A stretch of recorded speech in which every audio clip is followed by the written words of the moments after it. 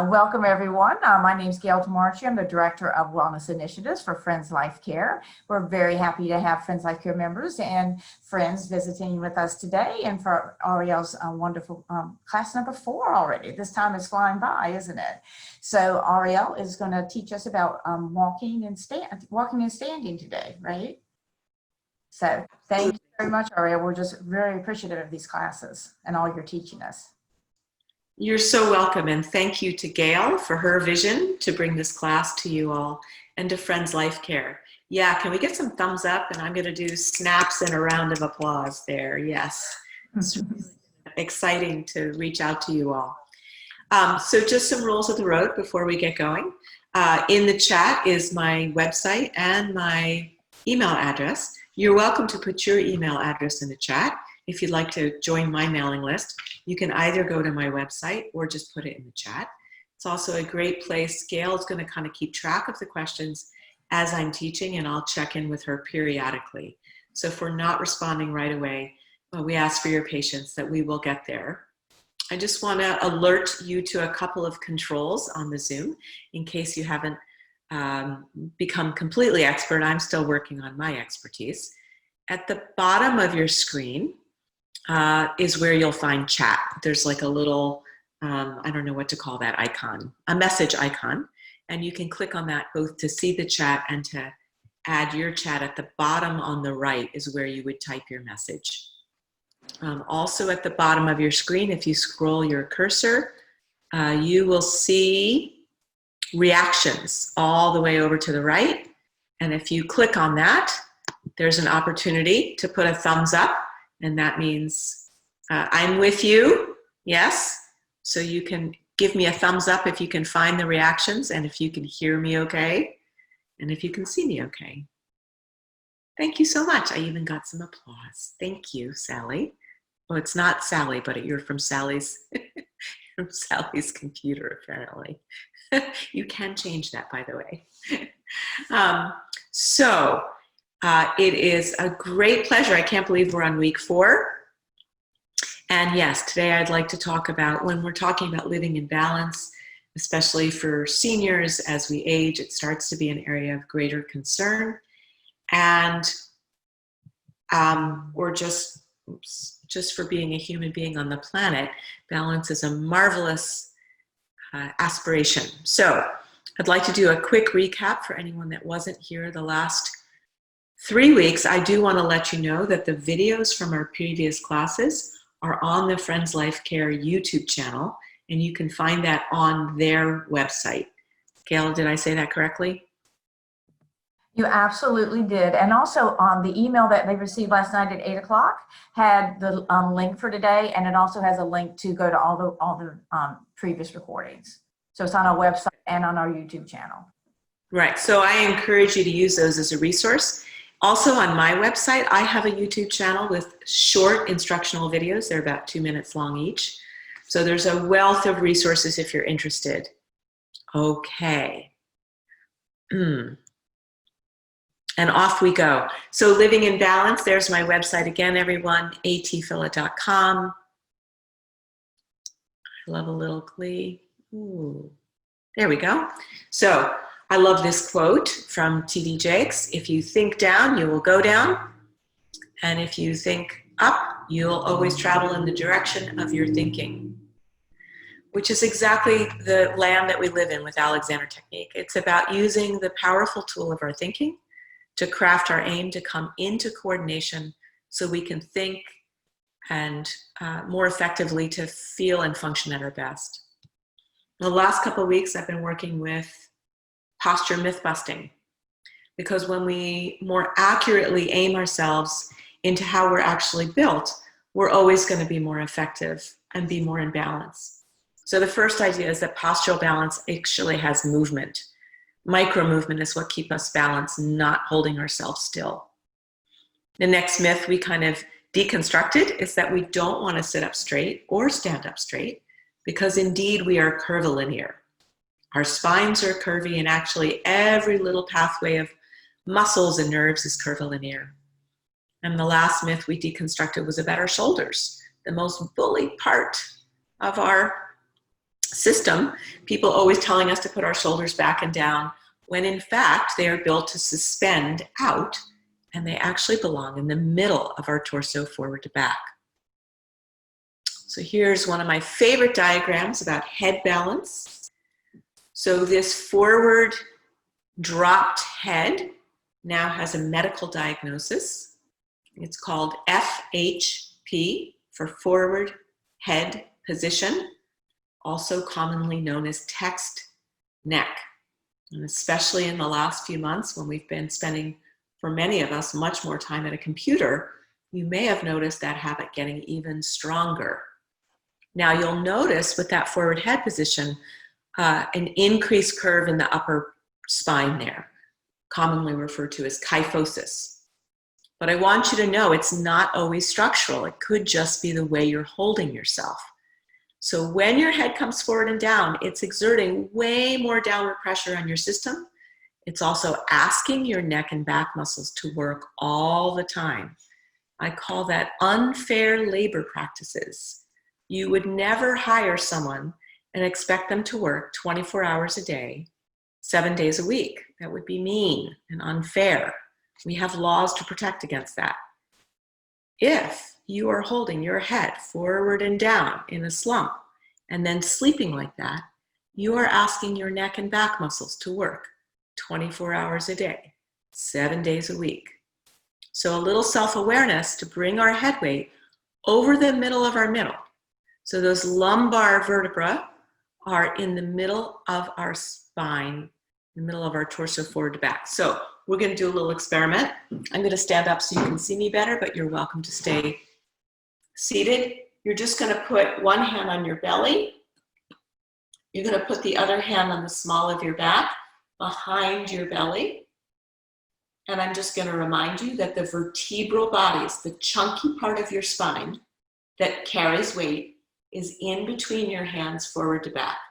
If this is uncomfortable for your shoulders, just do one hand at a time. Please don't hurt yourself, yes? The idea is for you to feel and gauge the distance in between your hands is the weight-bearing portion. If you drop your head weight down and forward like the diagram, you will feel the tone of your back muscles increase. You will feel your belly pop out a little bit. My pooch comes out. So if I float my head up and back in space, I'll feel when it's right over the middle of my middle, my abdominal wall will tone up a little bit. I'm not tightening my abdominal wall. It comes into tone as the head weight, my head weight, balances over the middle of my middle. Now I'm watching you. There's a lot of you, but I'm watching you. And some of you, as you bring your head weight back and up, are throwing your head weight back. That means your chin comes up. So a lot of you, when you go to stand up straight, you'll do that too. You'll kind of throw your head into backward rotation. Now I'm exaggerating so you can see it, but what I want you to see now is that as my head weight comes up and back, I'm actually letting it rotate forward. So I'm going to do that again to make sure you can see it. And I forgot to tell you one other thing that will help. I'm going to wave my hand to make sure you can see. If you go up to speaker view in the top on the right, you can hit speaker view to see me better. And then you can also go to my square, and there's 3 horizontal dots. If you click on there, you can pin my video, which will make it much easier to follow along. I forgot to mention that. By week 6, I might get this right. You never know, but I'm going to keep trying. So we're talking about taking our head weight up and back over the middle of our middle, and I'm adding a little bit more specificity today, which has to do with allowing forward rotation. So if we all point at the top of our spine again, remember we pointed in from our ears and we talked about our head spine joints being in the middle. If you very gently nod your head, yes? That joint is in the middle of your skull, forward to back. If I drop my head weight down and I nod, that movement is not going to feel as free. If, when I bring my head up and back, I don't allow rotation, the movement is still not free. If, as I bring my head weight up and back, I allow forward rotation. When I get up here and go to nod, it's quite a bit freer. If you can feel a difference and if your motion got freer, go ahead and give me a thumbs up if you're close to your computer and that's comfortable to do. It's always optional to have a reaction. You're here to get whatever you can out of class. If that's going to stress you out, just watch. That's fine. Oh, look at all those thumbs. I love it. So I came up with a beautiful movement metaphor. It took me so many years trying to describe this free forward rotation. But if you've ever seen or ever been in a Ferris wheel car, yes? The Ferris wheel cars, we load at the bottom, right? And then the Ferris wheel starts taking off and that whole wheel starts to bring the car up and back this way, yes? Can you imagine that motion? So here's the funny thing. If the car was stuck to its axis, yes? If the car was stuck, it would throw people out, right? Because that car is rotating freely as it swings up and back. It's going to rotate to stay level. Can you just do my hands kind of sort of do that? So as I come up and back, we don't want to throw the people out. Here's my Ferris wheel car. I don't want to throw the people out. Yes? So as I rotate the axis up and back in space, my skull rotates freely around its axis at your nodding joints or your atlanto-occipital joints. So rotate is not the same as hinge. Thank you for that question. I spied it out of the corner of my eye, and I want to explain why. Everyone put your forearm up like this and bend at your wrist. That's a hinge. That's a hinge. Okay, so now rotate around your finger. Or actually, it's not quite like that. I want to be more accurate. The right to change my mind and to get more accurate. Make one hand into a cupped shape and put it in another cupped hand. Okay, so now you're going to roll the top scoop in the bottom scoop. Don't change the shape of either hand. You made two rounded shapes and you roll one inside the other.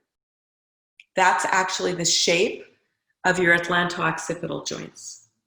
The bumps underneath my skull, ooh, I'm going to run and get my skull. Just bear with me 1 second. It's not on my table. I'll be right back.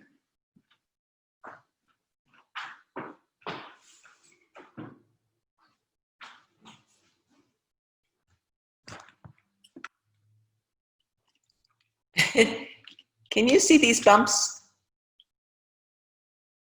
They're right around where your spinal cord comes through. And the bumps are really in the middle of your skull, forward, back, and side to side. They're right here. And they're as high as the tip of your nose. All right? So those bumps, your occipital condyles, condyle means bump. So your head bumps sit in Atlas, holding up the world, right? So it's not a hinge, because if it was a hinge, there would be no movement around. It's rotational. It's different. I hope I made that clear.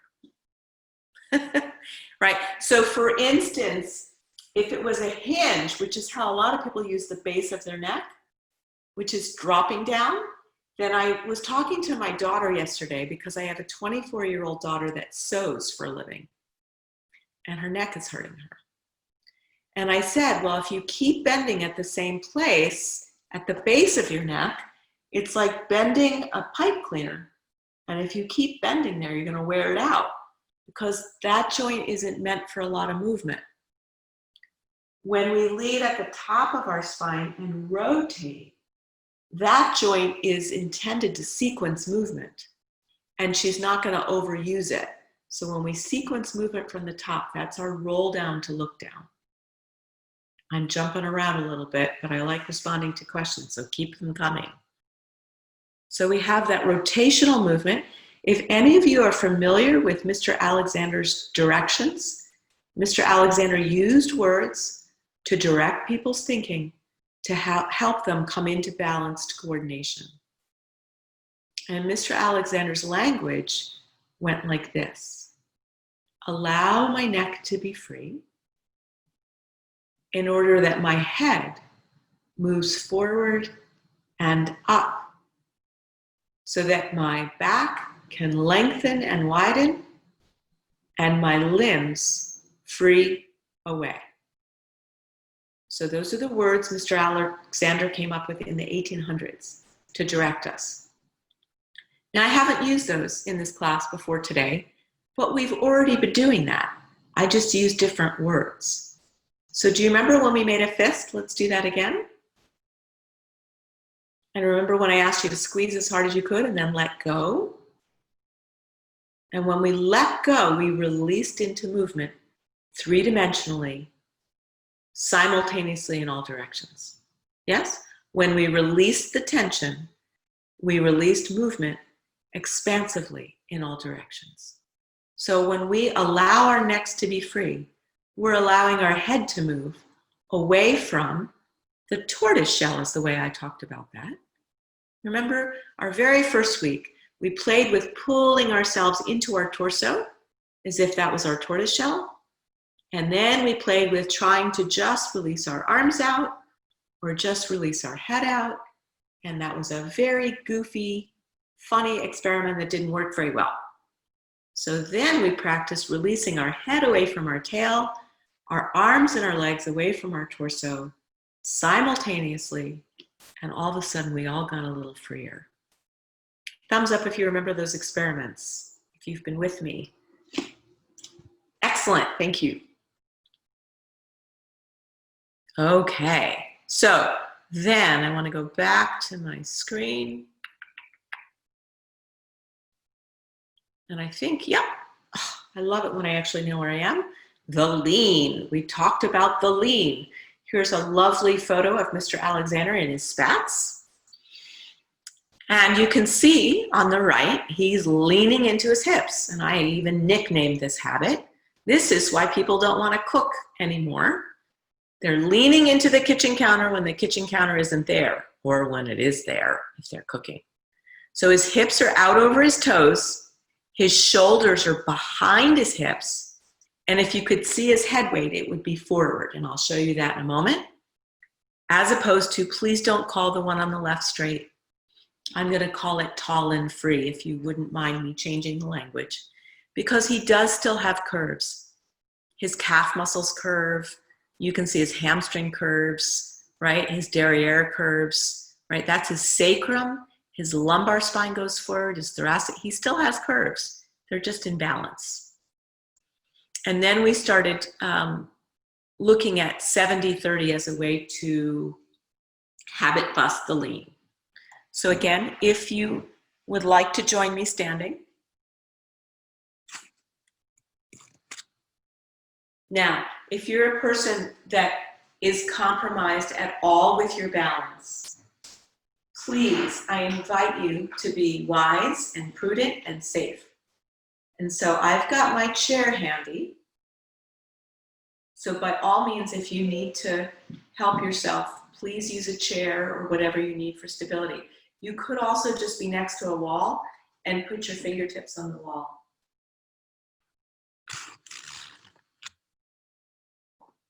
And try to move this mic closer if I'm further away. Great. Just want to make sure you can see me okay. All right, so I want you to see more of my body.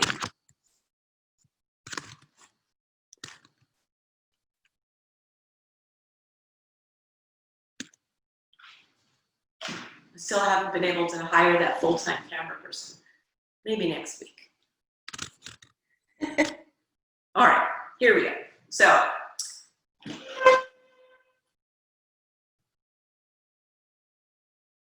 ahead and let your hips come forward a little bit. Please do it gently. And I want you to feel what happens in your neck and back muscles. So come out of it gently. So when my hips go forward, watch my shoulders go down and back, and then look at my head weight relative to my shoulders. If I put my hips underneath me, can you see how tipped I am? So when my hips come out forward, I do balance, but at great cost because my neck is now forward and overstretched. So if I rotate my head forward and let it rise and let my hips fall back underneath me, my back and my neck muscles start to soften. Now, I just want to say, we do what we think. So if you interpret my directions as put your hip back, it will not do the same thing. My hips follow my head. So if my head gently releases up and away, and I let my hips follow and come underneath, that's going to get us into buoyant balance. So the next thing I'd like you to experiment with is if your feet are narrow, you know, women were kind of taught to keep their legs together. Well, I'm not going the right way here. And I find generationally that message lessened, but I know I got yelled at in grade school for having my feet up on the desk because it was unladylike. So try to stand with your feet really close together. If you had a really skinny pencil skirt, yes, your legs have to squeeze a bit to do that. So if you're in a yoga class, you might be doing that for conditioning, but this is not a good basic way to stand. So most of us will naturally let our legs come out a little bit. And you'll notice that that's less work, easier to balance. But what I was proposing last week is something that I learned from Tai Chi. And in fact, I believe most martial arts forms use a stance that looks like this. We're going to slide one foot straight back. And someone emailed me this week. I think it was Steve, but I might have the name wrong. And then I'm going to turn that back foot out a little bit. Because now what I have is a base that is not only wide, it's now wide and deep. And I just want you to feel your neck and your back muscles. Now, when someone emailed me, what they said is they noticed that when they slid their foot back, they narrowed it. Can you see now when I slid my foot back, my back foot is kind of behind my front foot instead of going straight back. So this might feel unusual and it might even feel awkward, but make sure you turn the foot out a little bit. And I just want you to go back and forth and feel the difference. Because when it's wide and deep, it's much more stable than if it's put it straight behind. There's my leg squeezing again a little bit. Now, the reason why I started teaching 70-30, and I started doing this with opera singers. Opera singers kind of stand like this, and when they do that, they throw their hips forward, and their shoulders are back, and they're interfering with their air column. So notice what happens when I slide this foot back. All of a sudden, it's so much harder to lean. Like it's just not cozy to lean anymore. So just by putting that foot back, already I've habit busted and gotten people to come into better balance. So today what we're going to do is we're going to go from 70-30 and we're going to start to shift our weight forward and back. So to do that, I need to let my ankle joints move, right? I need to let my ankle joints be the fulcrum for movement. Now, as I'm doing this, what I want to show you is that if I push and my head weight goes faster than my hip weight, I'm going to tip. And then we already know that if my head weight is forward, my neck and my back muscles have to overwork. And I just want you to watch carefully and see if you can see it. My office is in Center City. I haven't been there for a long time, but I like to watch people on the streets. I'm a people watcher. And I watch what people do when they start to walk when the light turns from red to green. And this is what I often see. So which way did my head weight go to start that walk? I push with my feet and my head weight dropped down. So that's pitching forward to walk, which means my neck and my back muscles are overworking. And also my head weight is out over the ether, which is much less balanced. So instead, when I want to walk, I'm going to put one foot forward. As I push, I make sure my hip weight goes at the same rate as my head weight. So we're going to go back for a second and we're going to practice that skill side to side. It's going to be easier for you to see. And I'm actually going to encourage you, if you'd like, to come into the screen and change from speaker view and actually pin yourself for a moment. If you don't want to do it now, that's fine. I recommend doing the next little experiment in the morning when you're brushing your teeth. You've got a bath vanity, which makes it safe. You can put your hands on the bath vanity, and you have a mirror so you can check what we're going to check. Okay.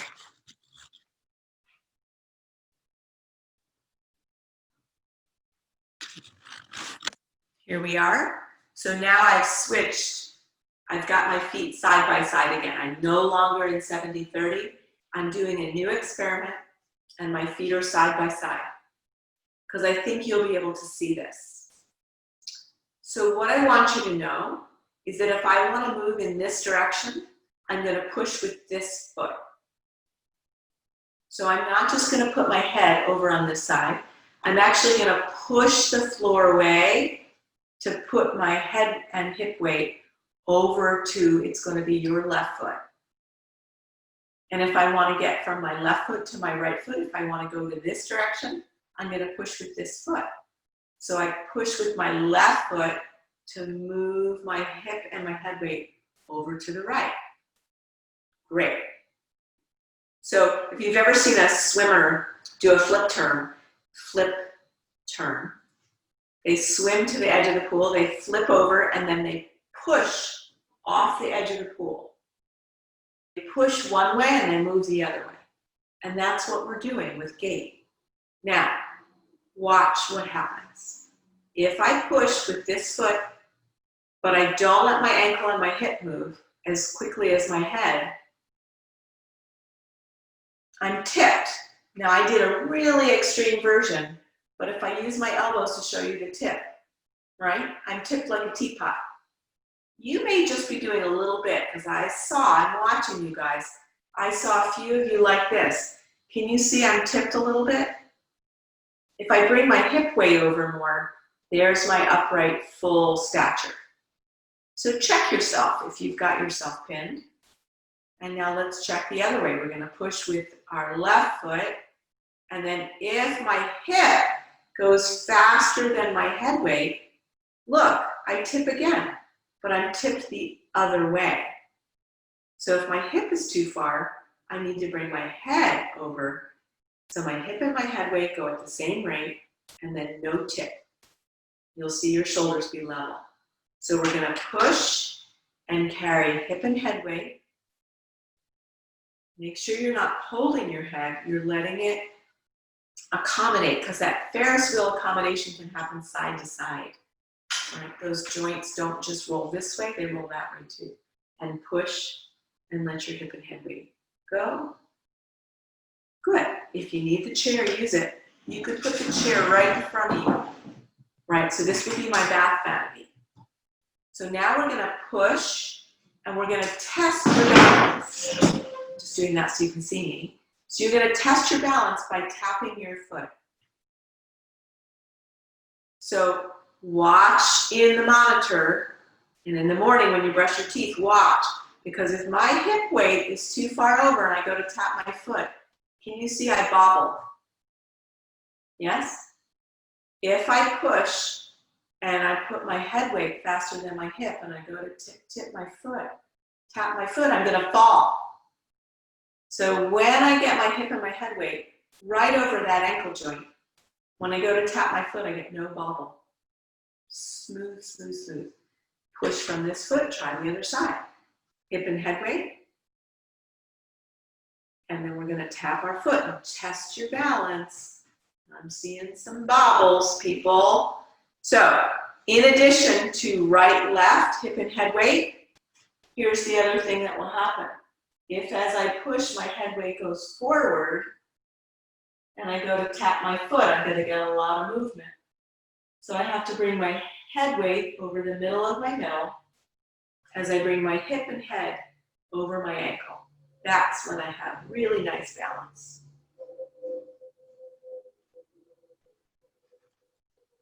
This is excellent balance training, right? This is awareness training for you to start to have a sense of where your head balance is in relationship to your hips. Oh, great. Someone says, Gail, I'm going to check in with you because you've been reading these questions. It's probably a good time to check in. Okay. Let's see. Oh, somebody had a question about how to pin themselves. So you just go up to your little square, you'll see 3 little dots. Just click on the 3 little dots and hit pin myself. And that will do that for you. Somebody said their hips want to turn to the center. They want to turn to the center. I'm not sure I understand the question. Sorry. Do you want to unmute yourself, the person that asked about your hips coming to the center? Maybe I can. Yeah, so it was with this 30-70.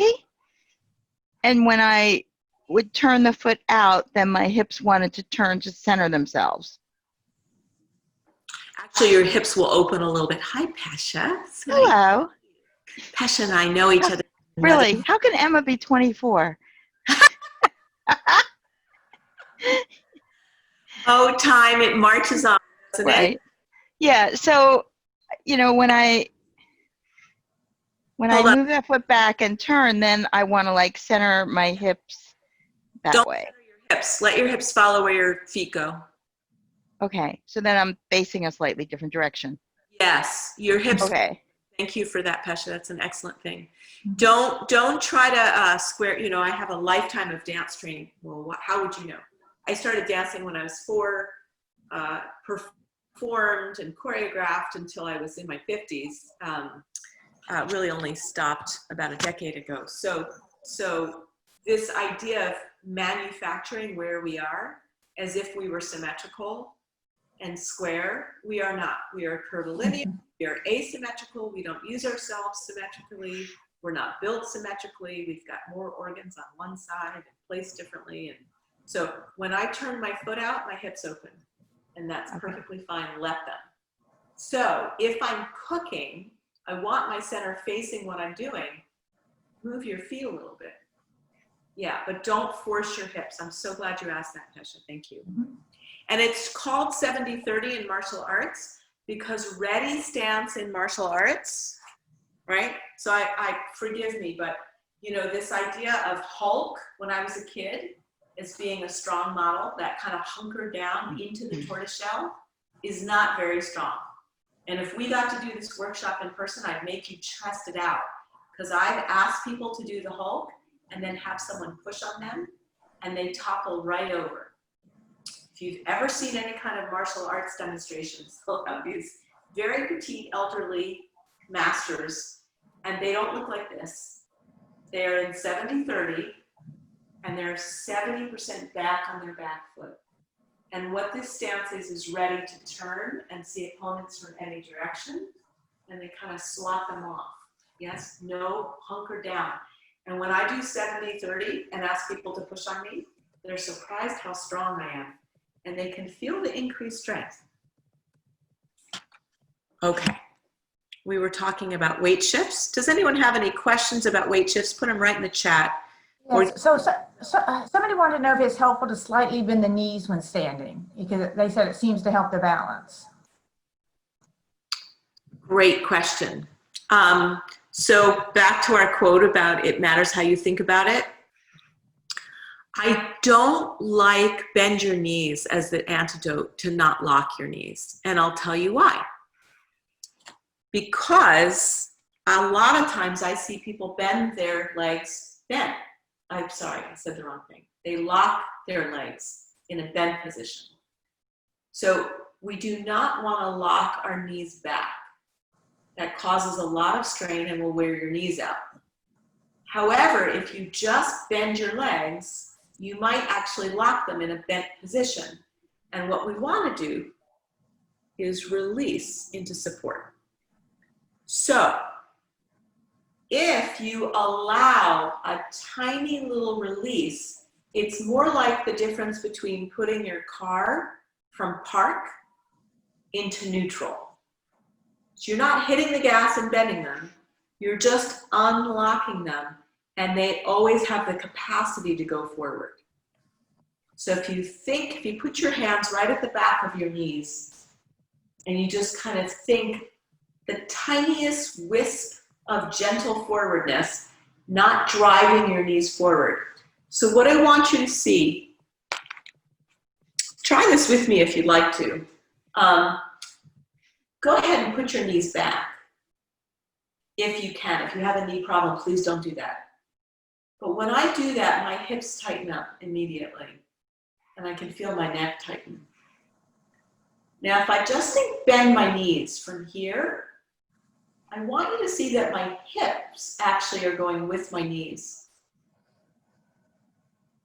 So if I just bend my knees, I might drive my hips towards my knees, and then look what happened to my head balance. Got forward head again. So instead of doing that, right, make sure your ankles are free. I'm doing a circular motion at my ankles to make sure they're, and then just that little unlock of your knees forward, because my hips are still kind of right where they are. So unlocked knees to me is a better thing to aim for than bent knees. A bent knee is actually a little less stable in terms of our default standing, right? That's going to use your quads more. If I try to stand for 20 minutes with bent knees, that's harder than an extended knee, but you don't want to overextend your knee, right? There might be a moment to lower my center of gravity for stability, but not as your default all the time. I hope I've answered that question. And Ariel, someone asked if you could clarify which foot is which foot has a 70% weight and which has a 30, the front or the back? The back foot has 70% as default, but again, what I love about 70-30 is that it is equally partnered stability with mobility. Like super easy to move from that. Remember my martial arts masters, you know, they're in 70-30, and then the reason why they're in that stance is because they need to see opponents from all directions. And we have one question about shoulders. Would you like to answer that now or wait till the end? Let me keep on going here and see if I can sure. see where we are. Okay. Absolutely. Did I share that? Yes. Okay. So here's my drop down to look down, which we talked about earlier. So you can see in the big red strike through shows you what you don't want to do. And I just want you to see what I was talking about with the pipe cleaner. Can you see my cursor? I'm not sure if that shows up on the shared screen. If I move my cursor, is that visible? The base of her neck is where she's doing that pipe cleaner bend, right? Now she's not really rolling down to look down, but can you see right at her ear? She could roll down to look down, would be much more comfortable. Zigzag legs, exactly what I want to talk about next. So this is a kind of fitness picture that I found online. But what I want you to notice in this picture is that his heels are kind of releasing back towards the chair. His knees are forward and his hips are back to counterbalance. So his head weight is right over his ankles, right? So we're going to try that for a moment. Oops. Here we are. So Going back to my comment about your hips driving forward, if you bend your knees. So if you would like to experiment with me, we're going to get into our chair. So I'm going to put my hands on my hips. And if as I bend my knees, I let my hips go forward, I want you to feel what happens to your head weight when you land on the chair. I'm all slumped in my C curve. Yes? So now let's try another experiment. Let's go ahead and stand back up. So now we're going to do what I call nodding to zigzag legs. So where do I nod from? The top of my spine. There's my forward nod.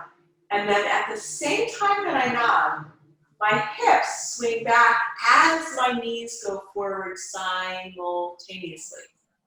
If I am late with my knees, your knees are going to go back. Never believe me, try it. Don't think about your knees and just put your hips back and see if your knees want to go back. So then you're going to have to think like a maestra or a maestro conducting an orchestra. You're going to get all the parts moving simultaneously. So as I nod, hips back, knees forward. And then right over my ankle joint. So if I change my mind, I can come back up because I'm balanced. If I drive my hips forward and I change my mind, it's a lot harder to change my mind. So agility is our Ferrari, yes? We want our Ferrari. Nod, hips back, knees forward to touch the chair and then come right back up.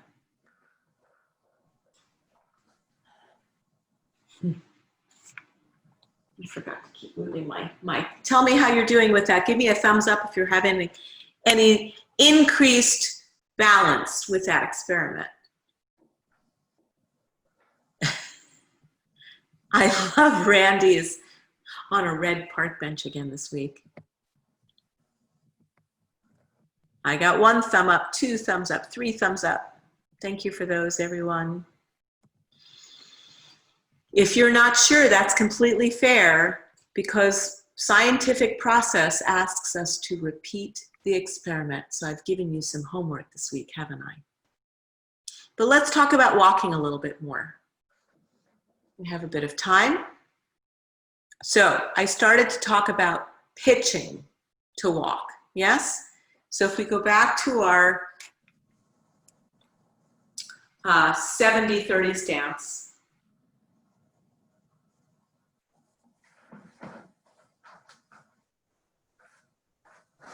you're gonna get a little bit more of a workout today, getting up and out of your chairs. Again, I just want to remind you, if you are going to be safer and more comfortable, please by all means use the back of the chair. You could also lightly put your hand, I'm going to use Fred, but you could use a wall or a piece of furniture. Please, please, please, please be careful. Yes? So here I am. So I've got 70% of my weight on my back foot. 70% of my weight on my back foot, right? And then like we did with our weight shifts, if I put my head and hip weight completely on my back foot, I could tap my front foot no problem. So then you're gonna push from your back foot. Now if I push down with my back foot, I go up on my toes. So I don't actually want to push down. I want to push behind me to put my hip and head weight onto my front foot. And if I get my hip and my head weight completely on the front foot, I can tap my back foot. Now I'm seeing some bobbles, so that tells you something, right? So if my hip and my head weight's completely over an ankle, when I go to tap my foot, I don't get a bobble. So push to your front foot and tap your foot. And then all you're gonna do is let the back knee swing forward.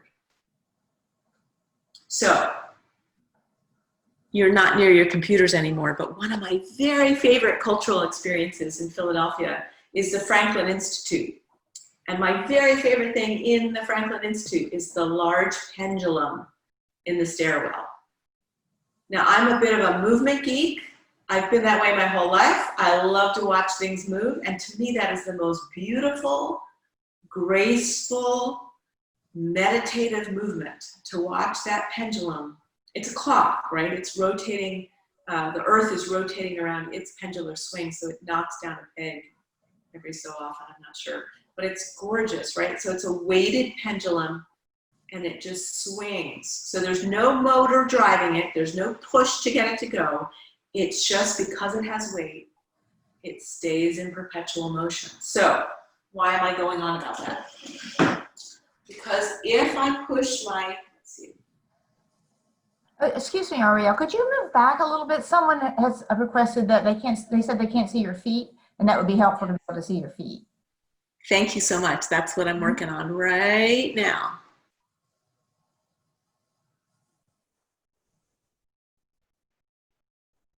For some reason, there we go. There we go. Thank you for that request. I'm working on it. Let's see.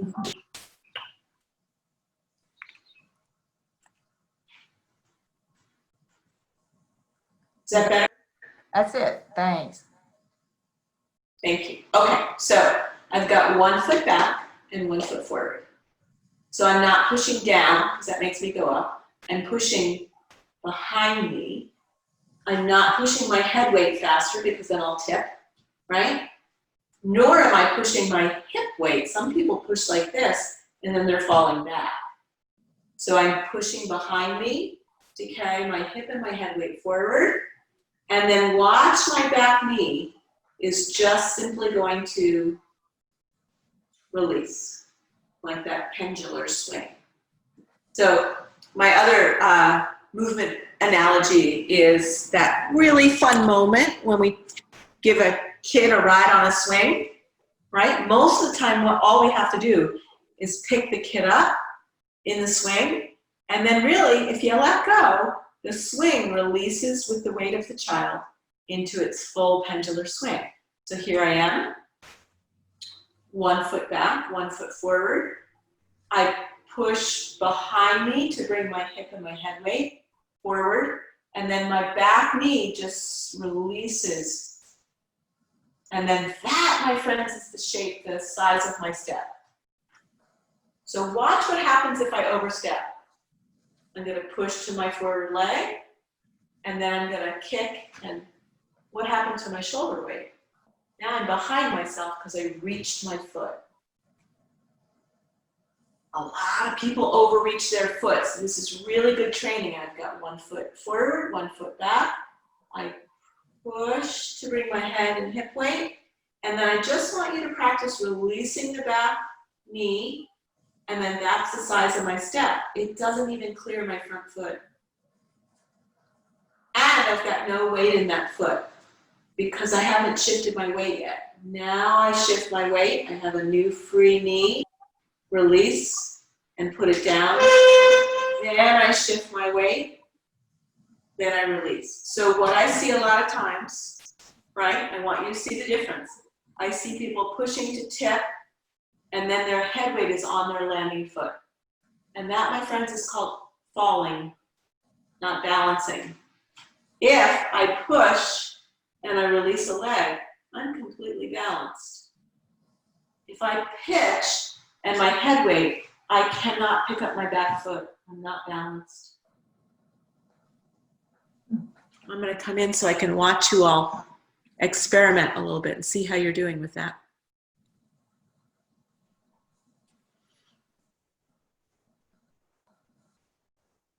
I'm loving it. I can kind of see the proprioceptive hum of you all paying attention to where your head weight is. So well done. So also from martial arts, when that front foot comes down, we call that empty leg. So there's no weight committed to that foot until you actually shift your weight forward by pushing off the back foot. Yeah. So in meditation practices, there's a meditation walk. I don't know if you've ever done any of that. but it's a super slow walk. And then a lot of people get really stressed out because it's not so easy. And this is exactly the skill needed to do a slow walk. Yes? But it's also the skill we need to do to navigate a crowded street when it's time to do that again, or an uncertain pathway through a crowd, or uncertain terrain, right? That not locking down micro movement is going to keep us in better balance. That increased proprioception, our own bodily awareness of where we are in space. Yes? So I've given you a template to work on your own balance. And you know what? This is better than an insurance policy, in my opinion. Because if I wake up my own sense of balance, if I orient my day to an increased sense of balance in myself, everything's going to run a little bit better. That's you building your own self-confidence. So no matter where you are in the process, perhaps you're someone like me that's done balance training their whole life, from dance training or athletics training, and you don't particularly feel compromised. Well, great. I'm delighted you're not compromised in this direction. But visit with your balance every day. And I'll give you a way to kind of increase the challenge that'll be even better for you. If you're someone that's on the other end of the spectrum and perhaps your balance has been severely compromised, what I want to say to you is please don't give up. Please find a safe way in little sips, not guzzles, to just keep asking your balance to work for you, because there's more Ferrari in you than you're using. I almost guarantee that. And in 32 years of teaching, I have never, ever had a student that didn't improve somewhat. Mm-hmm. And you want to find the best capacity of your Ferrari. Don't be worried about someone else's Ferrari. Unleash your own and find out how strong and resilient and balanced and graceful you can be. I'm going to answer some questions here. This is one big step. It feels great. Showing a short video application would be very helpful.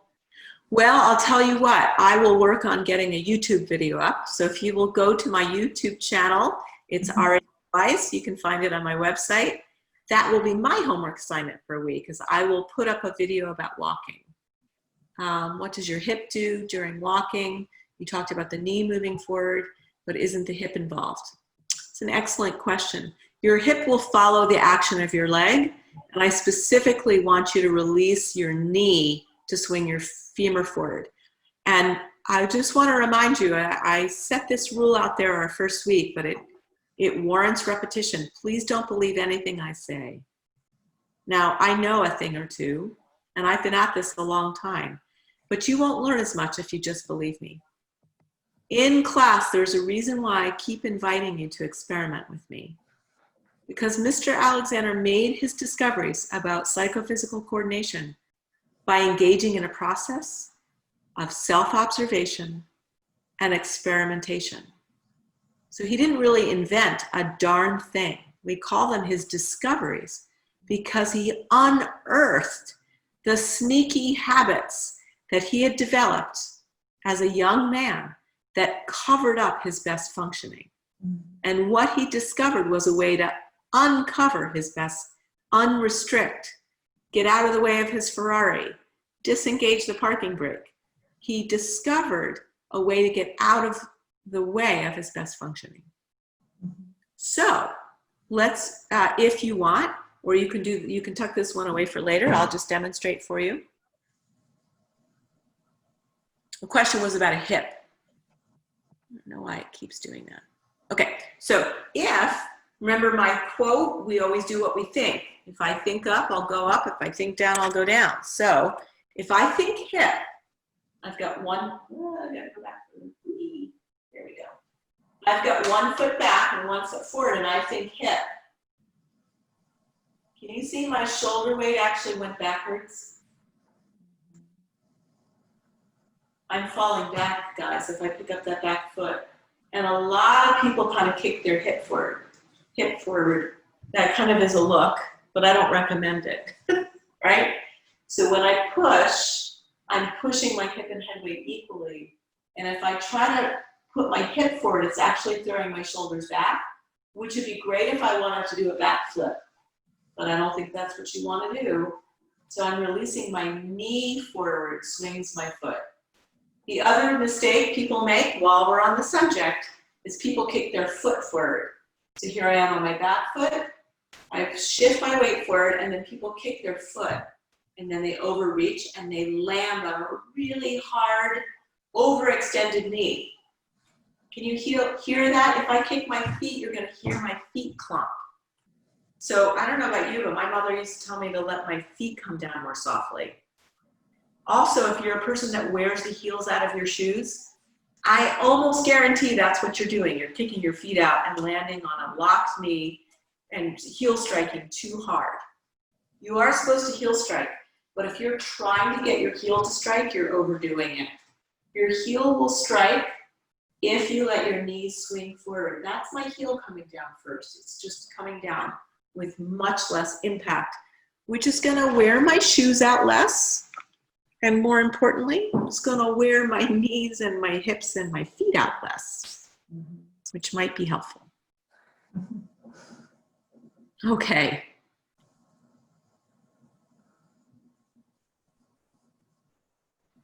Sitting down and getting up correctly. Oh boy, you guys are giving me lots of homework this week, and I still have other homework, but I will work on it.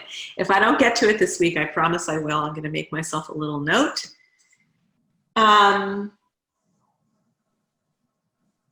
Let's see what we covered today. We talked a lot. We kind of did a little bit of a review about posture myth busting.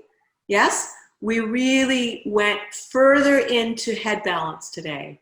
And that freeing of forward rotation from Mr. Alexander's directions is not a chin tuck. I'm going to go right back to that quote. We do what we think. A lot of physical therapists, with all due respect, will correct forward head position by telling you to tuck your chin. And I have yet to see anyone get up and free by doing that. What I see is people overextend their necks and make them straight, which they are not straight. They go forward and up, and then they start to curve back. My skull curves forward on top of my spine. So I let that little free nodding happen, just like the Ferris wheel car, rotating freely around its axis. I don't have to know how much. Sometimes I want to look down, sometimes I want to look up, as long as it's free. Gail. So we were talking about freeing into movement instead of kind of bossing ourselves around. And Gail, why don't you go ahead and tell me that question about shoulders now, since I'm going to talk about shoulders. Okay, so someone asked a question about, they said that you said don't put your shoulders back and down, but to broaden them. Could you just demonstrate what that looks like on your shoulders? You done? No. Well, we've got someone that became unmuted that needs to mute. I'm just grabbing my googly eye stickers, because if I put that right at the top of my arm bone, my humeral head, it makes it easier to see. Right at the top of my arm bone. So when my head drops down and forward, my googly eyes moved in space. They moved forward in space, but they also rolled in. So now my eyeballs are seeing the corners of the room as opposed to the sides of the room, right? So do that with me. Drop your head and feel the orientation of your humeral heads, the top of your arm bones, move, coming forward in space and rolling in. So my point was this: if I pull my shoulders back, they're going back in space, but they're also kind of going to the back corners of the room. And now my neck is twice as tight. So instead, I'm going to move my head. Now, interestingly, if I throw my head back, right, then my googly eyes didn't change so much. If as my head comes up and back, it rotates forward. There's my shoulder bridge carrying along and seeing side and still suspended out, not pulled down onto my ribs. That will pull on your neck, guys. Don't do it. Release your shoulders out, one away from the other. It's a suspended bridge. I hope that clarified the answer. Pop a comment in the chat if I didn't quite get that answer. Oh, I'm glad that image works well for you. It's, you know, I try to come up with movement analogies and metaphors that are more accurately cooperative with your actual design. And so that bridge, guys, that's how it's built. Mm-hmm. Oh, I'm sorry, excuse me. Someone requested, you know, the Alexander quote that you gave in the very beginning. It was kind of a long quote by like an Alexander quote, and they asked if they could have a copy of that. So if you want to provide that to me, I can put it in next week's email so people can see it. I just don't know which quote you mean. The one about if I go up, that's not from Alexander. No, there was another one there was a long quote from Alexander in the beginning. Well, we can talk about it later. Okay. Sorry. If you have more information about what that quote is about, can you put it in the chat for me, please? Because I'm not sure I know which one you mean. I have a question if you're near the end. We are near the end. Can you hear me? Okay. When I was young, I had no trouble putting my pants on. I would just stand there and just put them on. Now I'm 84 years old and I'm always leaning on something to put my pants on. I can't stand up and put my one leg in. I have to be leaning against a chair or something to do that. Is there ever a chance that I can get younger? Well, you can't get younger. I don't know how to teach that. But I love the challenge. I love the challenge. And I'm going to challenge you to work on your balance. So here's the thing. Please don't just start to put your pants on one leg. Go ahead and lean on something. That's what I do. Your balance, by all means, be safe. By all means, please be safe. But here's what I'm going to recommend. Every day, work on balancing your hip and head weight equally, right? So if I'm going to put my pant leg on, I need to shift my hip and head weight over to one side, right? Because here I am. I can't just, if I go without moving my head weight over to this side, I'm going to fall. So first I have to shift my hip and head weight over to this side and practice tapping your foot. When you can do that without bobbling, you're ready for the next step. The next step is that as I go forward, my hips go back and my knees have to go forward equally, and I can come back up without straining. If I'm going forward like this, I'm straining, and to come back up is hard. So I have to get really good at zigzag legs. When you can do both of those super easily, you combine them. First, you shift your weight over, then you do zigzag legs, and that's how I can put my pants on. So I want to show you how you can actually layer the skills we identified in class today. I love that. You brought me a problem to solve, and I am in the business of solving problems. Thank you. Just so happen to go over those tools today. Work on them separately first, please. That hip and head weight is huge. Most of you don't even notice that you're off balance. That's why I want you to use the mirror. Yes? Then work on that zigzag legs and then put them together. Thank you. Stop. Thank you so much for the questions. Thank you so much for being willing to experiment along with me. Again, I've got 7 other Zoom classes a week. If you think this is helpful, by all means, join me. Find my website, atphila.com. I think I can put it maybe in the chat. Yeah, I'll put it in the chat again here at the end. My email is there. My website is there. And by all means, join my mailing list on my website. I'll try to capture all these emails here if you put them here. Have a lovely week, everyone. Stay safe.